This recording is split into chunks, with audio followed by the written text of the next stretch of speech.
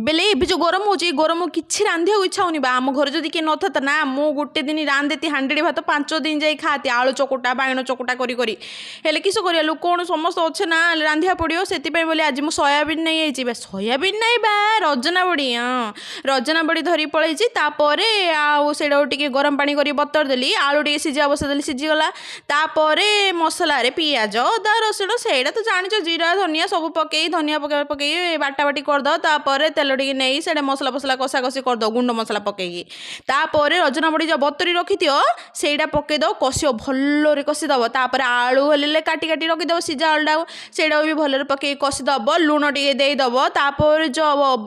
बतरी रखी न रजना बड़ी सी पाटा दब से पा पकईनि है तरकारी दब तापर धनिया पत्र पकईदब